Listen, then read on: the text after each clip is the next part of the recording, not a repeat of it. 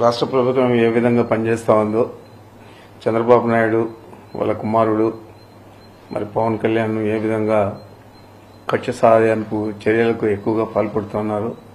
గతంలో కూడా ఇదే మిథున్ రెడ్డిని అప్పుడు ఎంపీగా ఉన్న తరుణంలో ఎయిర్పోర్ట్లో ప్యాసింజర్లందరినీ కూడా ఇంటర్నేషనల్ ప్యాసింజర్లందరినీ కూడా వదిలేసి ఎయిర్ ఇండియా ఫ్లైట్ వెళ్ళిపోతే ఆ ఎయిర్ ఇండియా మేనేజర్ను నిలదీసినందుకు కొట్టాడని చెప్పి తప్పుడు కేసు పెట్టి అప్పుడు కూడా అరెస్ట్ చేశారు.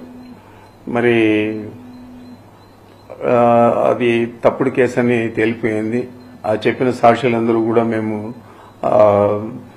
చంద్రబాబు ప్రోద్బలంతో చెప్పాల్సి వచ్చిందని చెప్పి ఆ రోజు చెప్పారు. అధికారాన్ని అడ్డం పెట్టుకొని చంద్రబాబు ముఖ్యమంత్రిగా ఆ రోజు వ్యవహారం తీరు ఏ విధంగా ప్రజలందరూ కూడా గ్రహించారో మనమంతా కూడా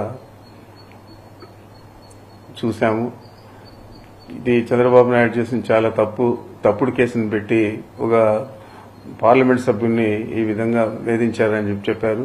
మరి ఇప్పుడు కూడా అతను అధికారంలోకి వచ్చినప్పటి నుంచి ఇప్పుడు దాకా అనేక కేసులు ల్యాండ్లు అంటాడు, లేకపోతే ఈ తప్పుడు కేసులు అన్నీ కూడా మదనపల్లి ఫైల్స్ అంటాడు. ఆ ఫైల్స్ కు నాకు ఏం సంబంధం, ఇప్పుడు దాకా సంబంధం లేదని చెప్పి ప్రతి ఒక్కరు కూడా చెప్పారు. ప్రభుత్వం కూడా ఏమీ తేల్చలేకపోయింది. మరి ఇలాంటి తప్పుడు కేసులన్నీ కూడా అనేక రకాల కేసులన్నీ పెట్టి వేధించడం జరుగుతోంది. మరి అనేక రకాలుగా అనేక కేసులన్నీ కూడా మా మీద పెట్టడం జరుగుతోంది. ఇప్పుడు తారస్థాయికి చేరి ఈ లిక్కర్ స్కామ్ లో మా తనయుడు అంటే మిథున్ రెడ్డి గారి ప్రమేయం ఉందని చెప్పి ఆయన 3 సార్లు ఎంపీకి రాష్ట్ర ప్రభుత్వంలో ఏమైనా పాల్గొనేదానికి పాలు పంచుకునేదానికి అవకాశం ఉందని అడుగుతా ఉన్నాను. ఏదో జగన్మోహన్ రెడ్డి గారితో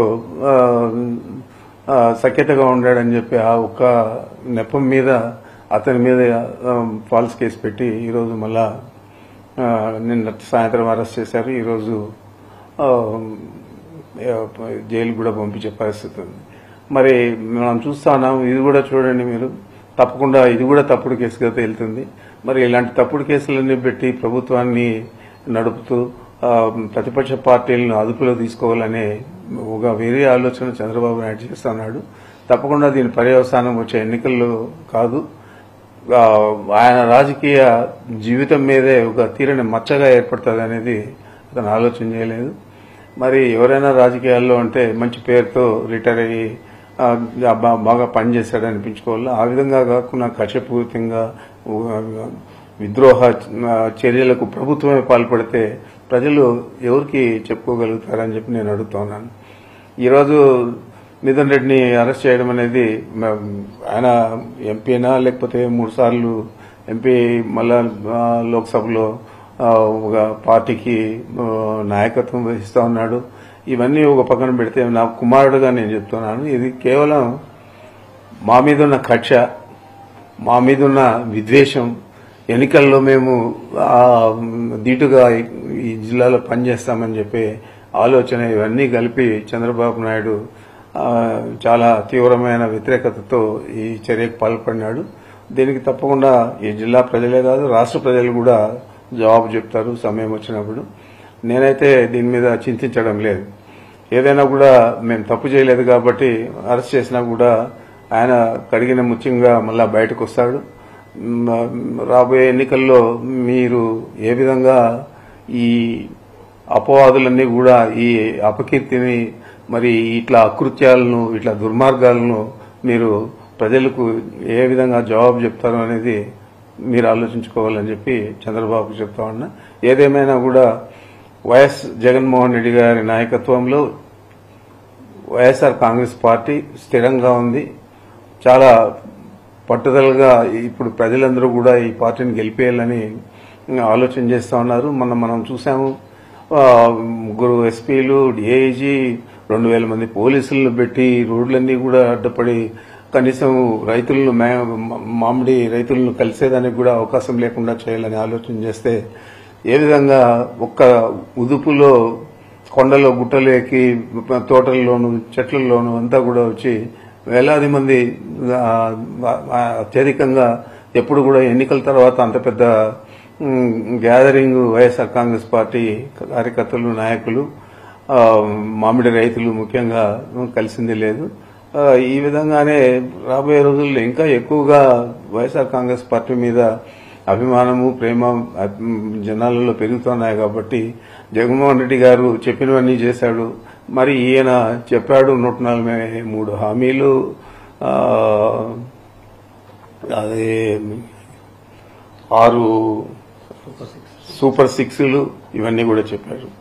మరి ఇవన్నీ ఏదైనా నెరవేర్చాడా అంటే అరకొరగా పెన్షన్లు ఇవ్వడం కానీ, అదేవిధంగా ఆ రోజు 50 సంవత్సరాలకే మీ పెన్షన్ వర్తింపజేస్తా అన్నాడు. ఇప్పుడు దాదాపు 5,000 నుంచి 6,000 పెన్షన్లు తీసేశారు. మరి అదేవిధంగా కొంతమందికి ఒక్కొక్క సిలిండర్ ఇచ్చి సర్ది పెట్టేశారు మొదటి సంవత్సరం. మరి ఈ సంవత్సరం ఏం చేస్తారో మనకు తెలియదు. అదేవిధంగా మొన్న తల్లికి వందనం అని చెప్పి ఇచ్చారు. 13,000 చిల్లర కోట్లు కావాల్సి వస్తే కేవలం బడ్జెట్లో 8,000 చిల్లర పెట్టి ఇచ్చిందేమో 3,000 చిల్లర కోట్లు మాత్రమే ఇచ్చారు. మరి ఇది ప్రజలందరూ కూడా చూస్తా ఉన్నారు, ఇచ్చిన హామీలు నెరవేరుస్తా ఉన్నారా లేదా అని.